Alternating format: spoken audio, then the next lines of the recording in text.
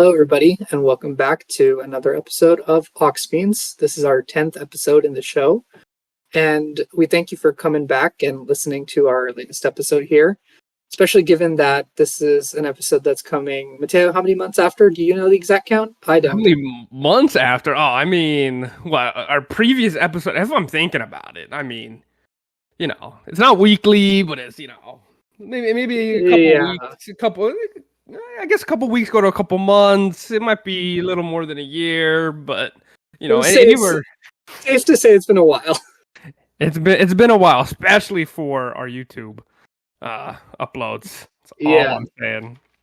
Yeah, so pretty dry for Aux Fiends. Yeah, so I think if you found this episode, you're probably aware that we've had a bit of a migration to a new channel here.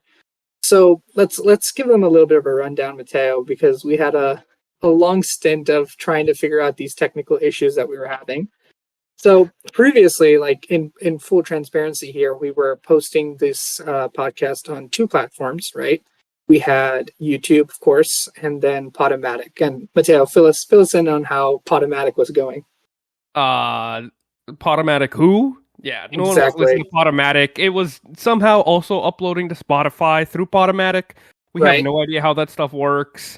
Yeah. Not gonna lie, I don't think we got negative views on Podomatic. Our previous episode we actually did upload fairly soon after we recorded for the Penny Days for episode 9. Yeah, but it was only literally until around, if I upload this today, 9 days ago, that we actually uploaded that one to our new YouTube channel, Mateo and Rishabh. Yeah. Because previously everything else was on, it was just the Aux Fiends YouTube channel, but then I'm not pointing any fingers. Someone definitely forgot the password, and then we kind of got locked out. And we got locked out, and it was because I think Mateo, I think we had the password, but long story short, I think what happened is that we got locked out of that channel, and for whatever Google's policies are, we can't get back in. So in a way, it was kind of a blessing in disguise, though, because we got to start up this new YouTube channel, and essentially we're back here with Aux Fiends. So again, thank you very much for coming back to the 10th episode, which is coming so late. And also, we're not landlocked with just uploading Aux Fiends content. You know what I mean? Exactly. We also have the new show, Expressionist Discovery, which you can also check the first episode of that out. It's already uploaded on our new channel, Mateo and Rishabh. So I think, you're right. It is kind of a blessing in disguise a little bit. Yeah. So I think, thanks for already mentioning Expressionist Discovery, Mateo, because our plan is really to use this channel as the platform for these two shows, at least for now. And you will see the frequency drop a little bit from how it was before. Obviously, Aux Fiends was meant to be a weekly show. I honestly don't remember what the, frequency for Expressionist Discovery was going to be, but you can expect, new episodes of this show to come out basically monthly. So basically, this is December. Yeah. We want to have this Aux Fiends episode out in December. Hopefully, you'll be hearing it really soon. I mean, you're hearing it now. But the next month in January, the idea is to do Expressionist Discovery. February would be Aux Fiends. So you get the idea. It's alternating months, right? It'll be bi-monthly, right? So there'll be an upload on the channel every month, but it'll be from one of the other shows. Exactly. Right? Exactly. Oh. Yeah. And as we're starting off, episode 10, thanks for bearing with us as we explain this story to you. But we've had an opportunity here in the last few months to kind of retool the show and see what's working, see what's not. So today is probably the first time you're going to hear sort of our new and hopefully improved format for Aux Fiends. Yeah. It's safe to say I feel like we're going to be trying to keep the things that people were liking and then changing some stuff. Yeah, definitely. We're keeping the ratings. Definitely keeping the fiending. The only real thing we're not going to really continue on with is going the track by track. I think overall, me and you, we kind of talked about it and decided that I don't know. There were a lot of songs that just either weren't really memorable at all, or honestly were just filler time. We could just skip over. So I think the new kind of format we're still working on a little bit, but it'd be kind of going over songs we liked, we disliked. Obviously, we'll bring up an interlude or whatever, and kind of have it more of as a conversation piece instead of just scientific, just track by track by track. Yeah, and I think like I mean this is also like work in progress. We're obviously trying out this new format today while we record and seeing what feedback we get from listeners or people who are listening. And we can continue to retool this based on feedback or whatever discussions come up between us. But hopefully you guys, I mean, you're all back here to listen. So hopefully you're coming back with an open mind to our new format. And Yeah. we're excited. Mateo, I'm excited to get back into this. I mean, what are you thinking? I'm excited. I missed it. I don't know about you, Rishabh. I missed it. If it were up to me, we would be doing weekly still, bro. Yeah. Okay. Well, maybe not, but I missed Aux Fiends. I missed just recording and talking music and art. Yeah, I think overall, there were so many times in the past few months where I would listen to a song or an album and be like, "Oh, this was primed for Aux Fiends." Oh yeah. Don't get me wrong. Even though we weren't recording, I'd still would be analyzing music. I'd still be obviously listening. Right. I would be like, oh, let me write this down in my notes. This would be a great album to talk about Rob, or I wonder how he would think about this. And every now and then I send you some music recs or whatever, not for Aux Fiends and definitely vice versa, So it's it may not have been uploaded, but Aux Fiends has been in our hearts, I guess, forever and ever. Yes. But we're back. We are back. New YouTube channel, new format. I guess we're also new little design too on YouTube. You'll see it obviously in the thumbnail and everything. But revamped. Aux Fiends revamped. All right, guys. So thanks again for being here. And I think without further ado, Mateo, let's get right into it, right?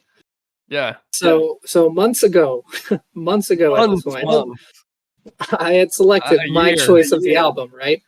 And I want to reiterate some stuff because we're having a few new listeners on this new channel. Just give you a little bit of lowdown on the format of Aux Fiends. Basically, Mateo and I have sometimes, safe to say, diverging musical tastes. But the idea here is to go and pick albums that one of us loves. So last time was Mateo's pick. This time is my pick. And basically, it will alternate this way. So last time it was my turn to pick. Or your turn to pick, so it's my turn to pick this time. And today we're talking about the Phosphorescent Blues by the Punch Brothers. And usually what we do at the top of the show here is I'll give a little bit of a background on the artist and the album, and then we'll also discuss some of our expectations or why a certain person chose a particular album.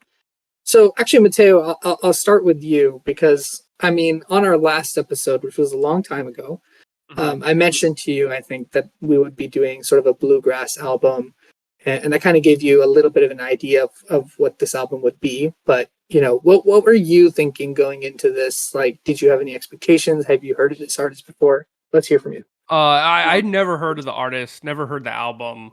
Yeah. Honestly, I was never a fan, but not even not a fan of bluegrass. It's something that I've maybe heard in the passing by. Nothing I've ever really sought out for myself.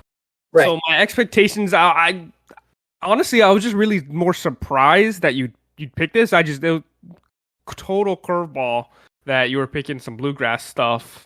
Yeah. And then, but otherwise, I didn't do much research or into it. I kind of wanted to go into the album blind. Yeah. So for me, back when I had picked this album, at the time I had been listening to a lot of, I guess, let's say Bob Dylan music, right? Mm-hmm. A lot of more folk music, Americana music, I guess bluegrass adjacent music, I would say. And this is an interesting album because it's an album by the Punch Brothers, and let's get a little bit into the artist overview here. It consists of Chris Teal, who's on the mandolin, and I think he's the one doing the vocals. Gabe Witcher, fiddle, violin. Noam Pikelny, banjo, Chris Eldridge, guitar, and Paul Coward, bass. And coming right off Wikipedia here, their style has been described as, quote, bluegrass instrumentation and spontaneity in the strictures of modern classical, end quote, as well as, again, new quote, American country classical chamber music, end quote. Chamber. So basically, we're seeing kind of a fusion here, right? It's not strictly bluegrass, but there's definitely a strong bluegrass foundation. Uh-huh. And this album is the fourth studio album from the group. And I know for a fact that they've gone on to do to various other albums. I think Chris Teal, who's kind of the leading man here, he's won a lot of awards, and one of these songs has won actually won like a Grammy, Julep, which we'll get into. So that kind of tells you a little bit about the artist and some of the background and sort of why I picked it at the time. And I had come across this album. Honestly, I don't remember exactly how, but I remember specifically liking Julep, the track.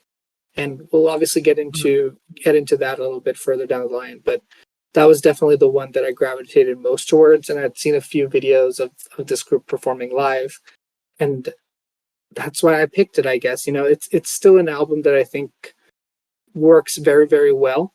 And that really holds up, even though I picked it so many months ago. But before I get more in depth, Mateo, let's get sort of your general thoughts on what you think overall. Just first impressions, at least. First impressions? Yeah. I'll keep it short and simple. It was aight. Okay. First impressions, it was definitely some good hitters, like song wise. But just keeping it simple on it, I really feel like they could have just cut some of the songs. They could have cut a lot of the fat. I felt like this song on this album. I feel like this straight up just could have been more of an EP. I think. Okay. Because we'll get into it a little later, but I feel like this entire album is very easily segmented into different kind of branches of definitely. How I feel they either take on their own sound, or they kind of dive into like little other genres, or even honestly when they kind of lose, I think, their sense of sound. Yeah. You know? No, I agree with you to an extent. I do think because given the fact that there's only like about maybe like 5 or 6 instruments at play here, right? They are bluegrass instruments, and I will get into how what we thought about how the instruments sounded and everything. But I think due to the lack of variety of instruments, some of the music can get a little bit repetitive. So I do agree with you there. The album comes in at 46 minutes, which I would say that's long playtime. But what do you think, Mateo? Yeah, I mean, some of their songs were like, one of them was like under a minute. And I think it's definitely kind of boosted up a little bit just because of the first song, Familiarity, just because of its 10-minute runtime, right? Yep. So, and even then, in my notes for Familiarity, I thought that could have been cut down, and that would have, taken out, like 6 minutes or whatever. And so that would have been like a 30 to 40 minute overall album. That's kind of an all right runtime, I think. I'm no pro on how long bluegrass should be, but I think definitely for the Punch Brothers, they could have cut some stuff, Yeah, I think like Familiarity, which is like the 10-minute track that kind of opens the album. Personally, I think that's a great track. Like, I think it's a very well produced track, and I think that the runtime the playtime is well deserved. But I think there are other portions of the album that could have been, I guess, cut, or some songs that could have been cut, just because the nature of the sound, it can sometimes feel a little bit repetitive as you're doing like a full album listen through. Like individually, I feel the tracks hold up well, but if you kind of sit down and listen for the full 46 minutes, I felt like towards especially the latter half of the album, you kind of begin to lose interest just because the sound starts to feel a little bit repetitive or similar. Yeah. Like, I would agree with you there. Honestly, absolutely. I really think you hit the nail on the head. It's like, I think it's perfect time to actually dive into how I kind of segmented this album. I think around the first couple songs, it was definitely from Familiarity, Julep, and what's the third track? Pacified? Pacified, yep. I think those three sounds like their sound. Yeah. I even wrote down in Julep, I'm like, okay, I'm starting to understand what they're doing. I hear them. I get it. They have their established sound. Cool. Yeah. Around the fourth track, which was I blew it off to. I blew it off. Yep. To Ball Weevil, it kind of felt like they were just doing their own renditions of either other songs or honestly even kind of 100%. genres. Yep, I You know, I 100% mean, agree. what even Ball Weevil itself was actually like a cover, I think, of this old fiddle song. You know, correct me if I'm wrong. And then honestly, just after that, going from Prelude all the way to the last song, Little Lights, it just seems like they're tired. They're Yeah, tired. I'm tired of the sound. I really just think all those later half songs just could have just been like scrapped. It seems like they're trying to rehash what they had in the first couple songs, but they kind of just didn't get there. They weren't really inventing anything new. They were just doing the same, except I think just worse, if I'm being yeah, honest. yeah. I actually agree almost 100%. I think the last three songs, especially putting those at the back of the album, and the last two tracks are Forgotten, Between First and A, and Little Lights. I think all three of the songs do feel, to an extent, a rehash of stuff we've listened to in the past. I think individually they're pretty decent tracks. It's just that within the flow of the album, I agree with the way you laid out the structure. Is that Yeah. for sure the first two, three tracks I think are some of the strongest ones on here, and definitely the most unique. Whereas I think you get into I Blew It Off, Magnet, My Oh My, Boll Weevil. These do feel very much like, while I still think they're pretty good songs here, there's renditions. They're kind of tributes, you could say, to different genres. Like just going Absolutely. into I Blew It Off and Magnet, I want to say pop rock plus even a little bit of punk, right? What Oh, did you think? absolutely. I literally wrote it down like I blew it off early 2000s vibe. To me, it was the first song on the album that was like a quote loud song, if you Yeah, get what I'm kind of saying, yeah, yeah, right? yeah. Yep. It very much felt like an early 2000s kind of like a movie, like it'd be on the soundtrack. It'd be like the third act, right? Like the main character just like figured out what they need to do or train at. It's like their montage song, you Yeah, know? Like got yeah, to figure out what to do. And then, dude, Magnet, it sounded exactly if it was not bluegrass or by the Punch Brothers, if you took the same lyrics and same yeah, kind of almost cadence yeah, and you put it into an early Maroon 5 or like a Neon Trees album, yeah. it would have just like fit right in. Oh, Straight yeah, up. You know what I mean? I do It's agree. just Like, especially with Magnet, which was one of the tracks that comes before the prelude. Um, that one was particularly generic, I think, and especially from a, I guess, musical point of view. I agree with you. If they didn't have that kind of bluegrass instrumentation, that same the same composition could have easily just made it into a Maroon 5 like pop album, yes. which isn't necessarily, for me, it's not necessarily a harp on what they've done. I think it's kind of cool that they did a bluegrass rendition Yeah. of a Maroon 5 type song. It's just it Mhm. is one of the more generic tracks on here. But before we get into talking into these tracks a little bit more, I mean, I want to get your, I guess, thoughts on what you thought about the instrumentation as a whole, because for me, that's always been the highlight for the Punch Brothers. So let's get your thoughts on that. It was Yeah, definitely the highlight of the album. for I sure. mean, you know, you're listening to this, you want to hear the instruments, of Yeah, course, yeah, right? It was good, uh, classical, and some of the songs they really highlighted them too. yeah, Um, like if you take some of the other songs that try to really push the vocals, you yeah. know, it just they don't really stick. If you think about like between first and A, I feel like it really grabbed me with the instrumentation, right? I'm like, okay, wait, this it really has me. Like I'm Yep, ready. yep, What's next? What's gonna happen? But yep. then it kind of just comes down with the vocals and weak lyrics overall. I'm just like, okay. And then I mean, there's other Yeah. songs too where the instrumentation really just carries Hmm. the entire song, just like Forgotten. Definitely the whole latter half, you know, and it just kind of shows where their specialties kind of act. 'Cause I think their more best songs are really when they just like trust and rely on their own instruments and the way they Oh play yeah. them Oh instead yeah. of the vocals weren't bad. It's just the combination of their lyrics and what they were kind of doing with them just didn't super vibe with their instrumentation Like, it was just apples and oranges, really, of what I think they were trying to hit. Yeah, I agree with you to an extent. I think, like, I definitely agree with you on the fact that, I mean, even for me, I mean, I picked this album specifically because I think the virtuosity that they were just demonstrating with these instruments is just like something you don't hear every day, especially in contemporary music. Like, how many times will a song stop and have a bridge with like a full on banjo solo? That's definitely something you don't hear in even contemporary like folk music. Like, it's kind of died down, I feel. But this album, I think particularly, and the Punch Brothers do a good job of this, is I guess highlighting the classical quality of these instruments, but then trying to develop them into a contemporary composition.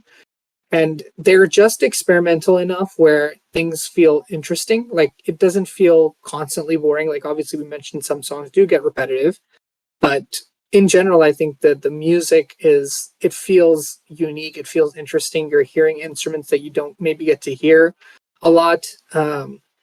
And then even the way that the songs are composed, some of these songs at least, there's always this very dramatic quality, kind of powerful quality to the instruments. I think some songs nail that more than others.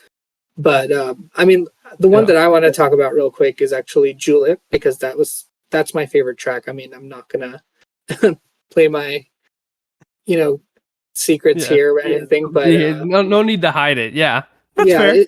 it's always been my favorite track. I would still say it is. It's gotten to the point where if I hear it, it was almost difficult to analyze just because I'm so used to hearing it. It's a bit of an earworm. But I just love how dramatic that song sounds. I actually think the lyrics on that one are pretty good. There's a sort of depth to it. There's great instrumentation. The music is deeply felt. And it's definitely the most, I guess, emotional song off the record, I would say. What do you think, Mateo? Fair. We're not gonna be fiending. It's not my absolute favorite. It's my second favorite off the album. But yeah, I mean, I love right at the opening, the double bass, right? Yep. This is like I said a little before. This is where I'm definitely starting to understand their sound and how they're kind of taking on this genre and doing their own kind of thing. Definitely, they gave their instruments the limelight in Julep. Yeah, and even then, it's not like they left the lyrics to be terrible or not important. They were still good. I can see how you say it's an earworm. Yeah. And actually, Julep surprised me a little bit too, because usually I don't like in my music when there's really kind of not mumbling but quieter kind of vocals with the instrumentation at the forefront. But it's kind of that whisper. But I just think the Punch Brothers actually did that well in Julep. There's another track later on that they didn't. They kind of crossed that line. But with Julep, I think they actually did, and they stuck out. They stuck with it. Yeah, so I do like it. I think that's a good point actually you bring up, because personally I think the vocals on this album themselves are amazing. I think Chris Steele has done an amazing job on some of these tracks, like amazing singing, but there is sort of this sense that the instruments are sort of competing with his voice at times. And sometimes it meshes together really, really well, and you get some really amazing moments within these tracks. But then there are other times where, it's unclear, I guess, who the highlight is supposed to be, whether it's the vocals or the instrumentation. I guess it doesn't always mesh as perfectly in some of the tracks. But I think Julep is one of the ones where, through the composition, I think both kind of get their chance to shine. In fact, I would even say Familiarity, which is coming in at 10 minutes, is also another one of those where his vocals and the instrumentation feel like they're meshing together, and the song feels, in the form that it feels complete. I mean, obviously this is sort of an intro song and it goes through many different variations across the playtime, but I still think that's one where both of those things really mesh. I don't know what you thought about that. For Familiarity, I do agree, but only for, I think I marked it was around the 6-minute mark. So the first 6 minutes, definitely agree. I think it was very compounding with the banjo and the other strings playing on top of the vocals. I think they all meshed pretty well together and had different variations on their own sound. Yeah. But overall, with familiarity, I think they just could have been two songs. I think the second half was a little too slow, and Okay. it just overall kind of forgettable.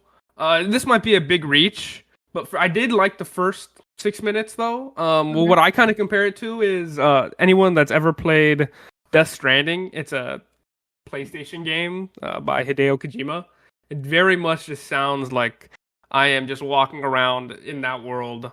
I don't think you'll get this reference for Shab, but it's a nice kind of calm vibe that I think is kind of cool. That I kind of related to that. I don't think you're that off, just because I mean a lot of the tracks on here have sort of a, I want to say, cinematic or dramatic quality to them. You know, there's times when it's very slow and emotional. There's times where the energy is very high up, and it kind of goes between those two, I guess, tones. Sometimes within the one track itself, you know, it could start very slow and then start building up, and then some of the tracks are just high energy. So I think overall the album has that, where it feels like it's very much dramatic, right? Like it's either very calm and emotional or very high energy and very, I guess, arousing, right? So it's not that surprising that you might compare it to like like a video game score or like a movie score, just because I feel like that's kind of how it's composed. One thing I will say is, go ahead. I was just gonna agree with you. Definitely for the first like songs and stuff, I would agree with that. But go on. What were you saying? I think one thing I'll say is that, like, we were mentioning how they do sort of renditions of different genres, right? So we already mentioned at least two tracks where they did pop rock, a little bit of punk sound, maybe. But then there's, like, for example, you see My Oh My or Pacified or even Boll Weevil, perhaps. All of these songs, I would say, have a little bit more of a classical country or folk sound, right? Yeah. So there's a little bit of experimentation in terms of, like, obviously it's all bluegrass instrumentation and everything, but those two or three tracks, I think they go really all in on getting to the roots sound, right? Yeah. No, you're definitely right. I mean, with Boll Weevil, first thing I thought of sounds old. It's to me that sounds like what I would think is quintessential bluegrass. Yeah. Yeah. You know, what do you kind of think about that? Yeah, I think Boll Weevil, even the lyrics, it's very distilled to the very classical roots of bluegrass or folk music. I almost would say it almost has a bit of a country twang to it. But in terms of these songs that are kind of doing a rendition of different folk or country music, the one that I really stand out to me is My Oh My, just because I think it's a really good combination of the folk sound, of the rock sound, plus the bluegrass sound. They're, you know, hitting both the tonalities that they do well in terms of having to be both a fast-paced song, but the chorus kind of slows down. So I felt like that was a very good combination of their skill set. That particular track. What did you think of that one? Yeah. You know what's funny? I actually have written down for My Oh My. I'm like, I'd place a bet that Rishabh likes this song. So I guess I was right. You know, Yeah. And I'm not gonna lie either. Actually, I liked it. This My Oh My is my favorite track on Okay. the album. Yeah. That's I a thought good it one. was very harmonious. The vocals were playing off each other, almost like instruments, which I think was Yep. great. The entire track wasn't cluttered at all. No. I really like how it kind of builds up and compounds on each other, and then kind of just crashes, and then goes down, and then it kind of builds up again. To kind of compare it to the other genres, because this is definitely the second part of the segmented where I'd break down this overall album. It almost sounded like they were doing their own kind of version of Christian rock. If that Yeah, makes any sense honestly, at all, I you had the know? same. I don't know if I had the same thought for this particular track, but there is sort of, it is reminiscent of Christian rock at times. The entire sound of the album, just like a little bit similar to that, I guess, just because Christian rock kind of, a lot of it is sort of similar, rooted in indie rock music, right? Mm-hmm. And I think that this is really the overall, the combination of indie rock plus folk plus bluegrass is how I would describe this overall album. So there's notes of a little bit of everything of the thing. Yeah. I think I agree with what you're saying there. Yeah, definitely. Yeah.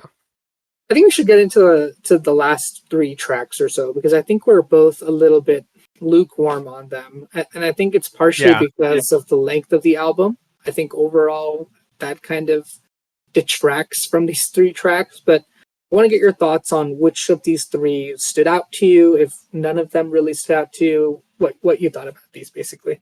Yeah, I mean, I'm kind of glad we're actually talking about that now. See, to me, it seemed like we were kind of bouncing around. Yeah, easily. These were like the worst songs on the album.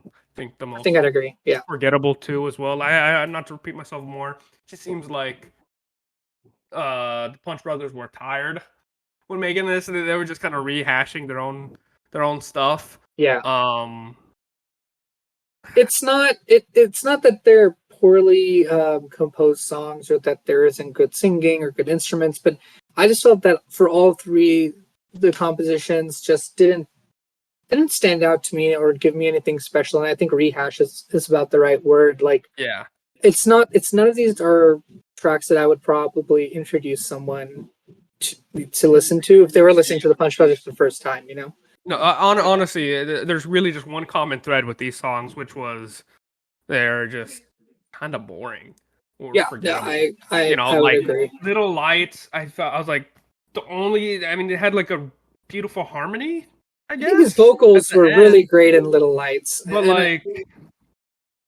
to me, it was a big sleeper kind of song. It is a bit of a lullaby, yeah. And then with Between First and I, that was my least favorite song, purely because with those the 3, correct? Of the 3, that's your least of those 3, yeah. And on my overall album, I thought that was the worst one, honestly, because it grabbed my attention. I was like, wait, I kind of went down on how I was feeling about the album with Forgotten and the prelude, but then I was like, wait, okay, this actually might be good with kind of the opener. It grabbed my attention and then completely lost it. I would say it wasn't interesting enough. Okay. Like they almost had it. Yeah. It just didn't pay off. I feel like Between First and A, it just vocals just didn't take me there. Where I felt like they were trying to get me to go, and it just, I could tell they were washed with this, It very much didn't need to be on the album.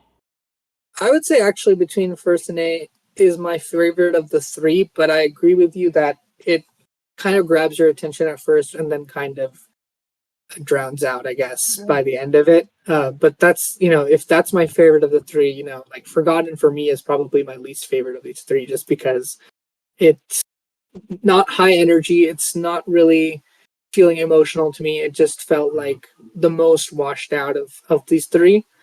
But I think Between First and A, at least they were a little bit more experimental with it at first, so I would give them credit for that. Fair. That's fair. It still kind of gets washed out by the end. I really think that this album could have been maybe cut or shortened down, or some of the tracks maybe could have been worked on a little bit more, maybe.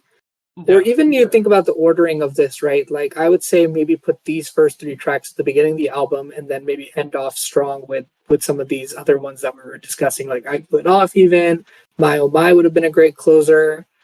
But it does seem like the Punch Brothers wanted to end on a lower energy note almost, or a more emotional note than one of the more high energy ones.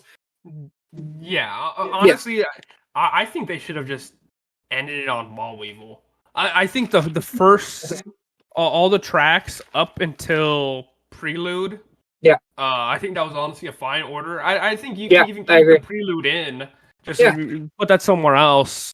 Yeah. Maybe before Pacified or before I Blew It Off. But right before I Blew It Off, yeah. The last 3 tracks, just they either needed more work or should be on a different album, I think, overall. Yeah, I agree. And it's interesting because this is we're reviewing the album version of this, but if you were to get this record on vinyl, there's even more tracks. So I can't speak to those, but hopefully they enhance the album more and not detract from it. But just speaking solely on the way that this was released at first, and this was released in 2015, this is probably the 3 last tracks for me. I think I'm pretty much in 100% agreement with you. These are the weakest of the lot. Definitely, and I also I want to harp on them again for Forgotten. I think though I think I'm in agreement with you. That it's definitely that's like my second to least favorite. Yeah. It definitely would have just been my least favorite if I didn't get let down and to get my hopes up for between first and A. Yeah. You know, Okay. but it's just because with Forgotten, this is the song where I'm like, okay, it's too whispery. The vocals are annoying. They crossed that fine line with Julep. They didn't at all. They really balanced it, and I thought it was great with Julep. I agree. They fully went over it with Forgotten. It just completely went into irritating territory. And like the only honestly plus for Forgotten was that the instruments kind of carried the song. It just wasn't enough for that latter half of the album. I agree on Forgotten. I think with you on Forgotten, just because I think that whatever they were trying to achieve, the feeling that they were trying to achieve with that song, it didn't really cross over for me even. And it felt like an odd song to kind of start with after the prelude has just concluded. So I think again the ordering of that might have been also part of the reason, but I do think it's probably my least favorite track on the entire album.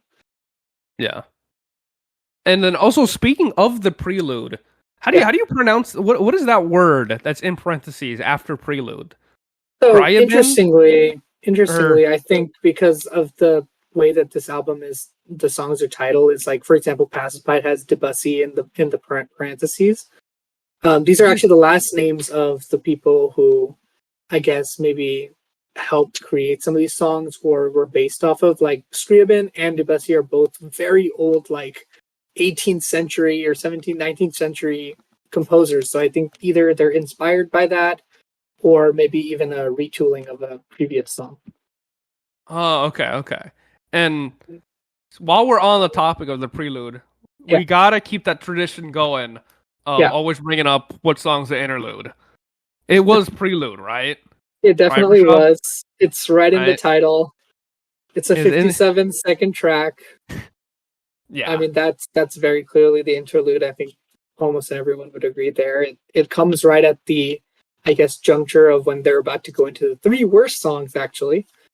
And comes right after Boll Weevil. So it's a very fine separation line right there. It's giving the little sense. It's almost a little warning of, hey, you can stop listening here. Please turn it off. You don't need to finish the album, honestly. Yeah. And just like otherwise, I think we both are in agreement where that the prelude could have just been moved somewhere else if the last three songs weren't on there. Definitely. Honestly, otherwise, it was just like forgettable too as a prelude. Yeah. It was very forgettable. I ain't gonna harp on it too much, just because it's 57 seconds of a little bit of instrumentation. It is what it is. Yeah. It is what it is. I do think like we're 100% in agreement on the fact that apart from the last three songs, the rest of the album is fairly solid. I think that we both agree that I would say the vocals are definitely a highlight. The instruments are a highlight. And I think that the way that they've, I guess, used bluegrass as a foundation to develop something new is still very much worth a listen here. And the overall genre of this album, according to Wikipedia, is progressive bluegrass, which kind of explains a lot, right? Just because of the way in which it uses bluegrass as kind of a reference point to build something out that's a little bit different, right? Whether it be pop rock or punk music or a little bit of country. Sometimes they're going back to the roots. It's definitely a retooling of bluegrass for a new contemporary audience. Definitely, and just kind of getting back into like my overall thoughts on everything. Like, I think if you are a fan of bluegrass, call it newgrass if you want. Like I'd say give it a listen. Yeah. But honestly, if you're someone who has similar music taste to me, it's not terrible. But if we weren't doing, Aux Fiends, I would never really seek this out, honestly. It's overall to me just fairly forgettable. That's fair. Okay. Yeah. I think they found their footing with the first couple songs, I was cool with Yeah. that. If the Hmm. entire album was like that, Hmm. or if they also had the kind of covers, it's just really they just didn't. It just seems like they didn't trust with what they had and what sounds they were trying to reinvent the wheel when honestly they were nowhere close to, I think, overall being able to do it. And it just really shows with the latter half tracks, you know. Okay. Yeah. Yeah. I would agree to an extent. I mean, I think even some of the songs that we mentioned that, are like renditions, like I Blew It Off and Magnet, I still think they're good, but they're not necessarily super special. I think if I were really to highlight some of the main tracks I would have somebody listen, I would say Familiarity, Julep, Pacified, My Oh My, and I guess I could throw in I Blew It Off just because I think that's a solid one. And I feel like if you listen to those 4 or 5 songs, that's Punch Brothers at their best for this album. Yeah. Yeah. Honestly, I would even cut that down. Like, I think there's two must-listen songs, but only must-listen if you're kind of a fan of the Punch Brothers or this kind of genre, Yeah. which would be Julep and My Oh My. Okay. Yeah, I that's a think the good. other things are just like you can kind of take them or leave them. They're not bad Yeah, no, if I know. we're talking about like familiarity in their own Yeah. right. And I blew it off. Hmm. Hmm. Hell, even Magnet, but like, Yeah. eh, I don't know. I think a lot of the album is just a little bit too much in the middle when it kind of comes to their own sound. But by trying to be super inventive, I think they just kind of missed the landing and kind of came full circle and just became very repetitive I would overall. agree. I would agree with that assessment to an extent. Yeah, and I think Julep and My Oh My, like those, they're definitely like my top two as well, probably, and definitely the ones that you should 100% seek out if you're interested in this kind of music. But yeah, I'm probably not quite as lukewarm as you, but I'm still definitely a little bit Mhm. lukewarm on this album. Like I'm with you for the most part. For me, Yeah. what puts it on over like a certain level, I guess, is just I love listening to this type of instrumentation done with this level of skill, I guess, because Yeah. there's not a lot of albums that kind of highlight this particular instrumentation, right? You have violin, you have banjo, you have the specific type of guitar music, which I think is very hard to come by. So, in that very sense, I would say there's good gems in here, but in general, a little bit more lukewarm than I even expected to be. And again, like I chose this album months ago when I was really in the midst of listening to more of this kind of music. So maybe it's a little bit of the passage of time, but I think we're agreeing, and I think we can probably transition into our ratings and sort of our final thoughts on the album. Yeah. Mateo, I'll hand it over to you. You know, out of 10, what are we thinking for this album? Where are we placing this? I think if you've been paying attention to everything I really said, very Yeah. much lukewarm. I don't think this will come as a surprise. Uh, 5 out of 10. Okay. So right in the middle, I guess. Okay. Right in the middle. Again, I want to say this very clearly. They are talented. They have the right foundation. It Mhm. just didn't all come to fruition, Right. especially for me. I'm not someone that's a super big fan, and especially after listening to this album, I think bluegrass just ain't it for me, and I think that's fine. And I'm just not that interested in that kind of stuff. Like, sure, the instrumentation beautifully done, vocals in the right songs, greatly done, cool, very harmonious. It's just like Didn't not my connect with thing. you. It just didn't. It didn't. I didn't have that connection that I think maybe you had. That Okay. leaves Yeah. it a little more lukewarm than I'm at. So, Yeah. Yeah. Rashad, what is your kind of thoughts and rating on it? Yeah. I mean, to recap, I mean, I think it's safe to say that there's ups and downs within the album. But I would say the ups are very high ups and the downs for me are not too low. So I'm a little bit more positive than you. I think I'd place it around a 7, which I think is Okay. pretty fair assessment about how I'm feeling about it. Again, like the ones that I like, I really do love and I could probably listen to. But the ones that I don't like as much, at least within the context of the album, I agree they're a little bit of snooze fests, for lack of a better term. But I think in general, like we've mentioned, I think if you're interested in hearing a different version of bluegrass than what you're usually used to, or interested in hearing these very kind of classical roots instruments done with a level of virtuosity you might not get to hear in other places, then I would definitely seek out this album. But I think there's other Punch Brothers tracks out there too. I would recommend you check those out too and see if there's ones that you like there, because they do have a pretty large library of music.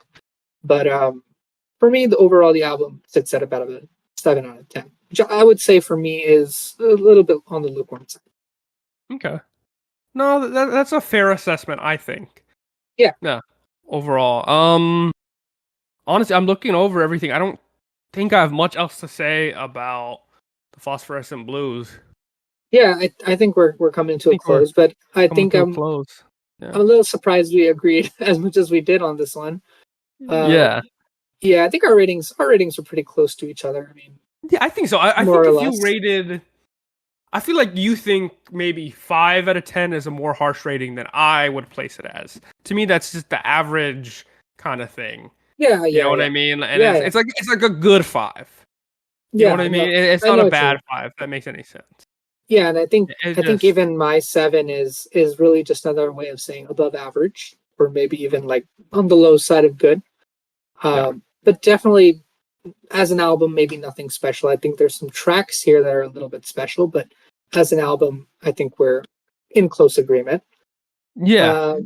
And again, I think with this album, it did surprise me that I actually would come out and say, hey, maybe even if you aren't, super familiar with bluegrass, give Julep and My Oh My a listen, I'd say. Yeah. The other ones, only if you're actually interested in this kind of stuff, but at least those. Yeah. It doesn't hurt to hear. Yeah, I think I would agree with that. They did those songs right. Yeah. All right, I think, Mateo, that brings us to our close on the Phosphorescent Blues by the Punch Brothers. I think we got a good survey of this album, and hopefully this new format went well for you. I don't know what you're thinking, but hopefully it also went well for our listeners. I think we still had an opportunity here, just thinking out loud, to kind of deep dive into some of the tracks, but at the same time, it's a little more unstructured, I think. What do you think, Mateo? I think so too. I think we could still work on a little bit. Yeah. But I feel like I got all of my thoughts honestly out there. So I think overall, the Aux Fiends is kind of heading in a right direction. Yeah, I think so too. And again, thanks a lot, guys, for seeking out episode 10. I think this is a landmark episode. It's 10 episodes, Mateo. 10 episodes. I know. Gonna take a moment to just recognize that. And I I guess we were supposed to be there in 10 weeks. We were supposed to. Yeah. It only took a little longer than that. A little bit longer than that. Yeah. But hopefully now with this new frequency that we're developing, you'll be hearing more interesting albums soon, which brings us to Mateo. Yeah, it is my choice for episode 11. Are you ready, Rishabh, for what I picked? I'm not, but I'm ready to hear what you picked. I picked the 1984 album Swept Away by Diana Ross.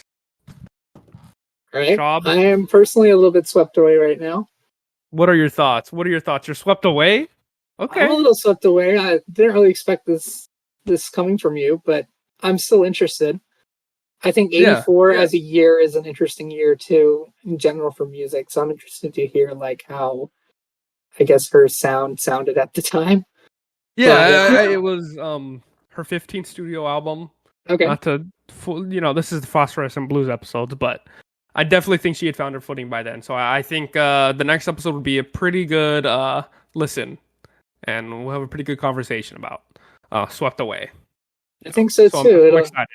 It'll be interesting to hear some 80s Diana Ross in the middle of February, but I'm excited. Yeah. And before we get off here, I do want to say that in January, we'll be returning with our second episode for Expressionist Discovery.